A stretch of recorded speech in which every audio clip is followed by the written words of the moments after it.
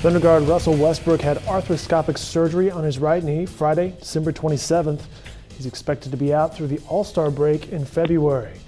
Here with more on this story, Darnell Mayberry from the Oklahoman. And Darnell, how big of a surprise was this news today? It's a huge surprise. I mean, the last time we saw Russell Westbrook, he was putting up a triple-double against the Knicks in a 29-point road win on Christmas Day. So this was a huge surprise. By all indications, Russell Westbrook was 100% completely healthy, and no one really expected to hear this news today. And yet it's the third surgery within a year. How big of a concern is this for the Thunder? Well, I think the Thunder are trying to put a positive spin on it and say that it's not so big of a concern.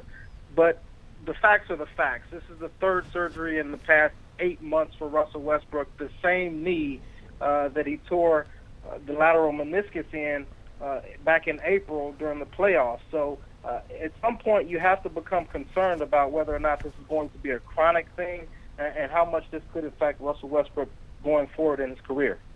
We're chatting with the Oklahoman's Darnell Mayberry via phone. Speaking of phones, you were on a conference call with Thunder GM Sam Presti. What did he have to say today? Well, he felt awful for Russell Westbrook. I think that's the main thing that he tried to get across, that it's just unfortunate and unexpected, and he feels awful for a guy like Russell Westbrook, who loves to be out on the floor and competes as hard as anyone in the NBA. But aside from that, he's stressing that this too will pass and that the Thunder will overcome it. They overcame it to start the season. They did their best in the playoffs. They really tried to move forward and deal with everything, every little hurdle and obstacle that's been thrown at them. So this is the latest one, and I think starting with the GM on down, I think that's going to be the message that you hear out of the Thunder over the next few days. Such a key member of that Thunder team, and they have been playing extremely well. I think they've won 18 of the last 20, and they were rolling. So Russell Westbrook has been playing some of his best basketball of his career lately. We actually had a story by Anthony Slater in Friday's editions of the Oklahoman that questioned, is this the best we've seen Russell Westbrook play? And I think it has been. He's been averaging close to a triple-double over the last 10 or so games, and he's just been incredible all around on the court. So you hate to see it. It's never a good time. But as you said, the Thunder is playing great basketball right now, and they do have some confident players that in Reggie Jackson and Jeremy Lamb, particularly coming off the bench. I think they're going to be able to fill in nicely. Darnell, are you seeing Reggie Jackson perhaps as now the starter?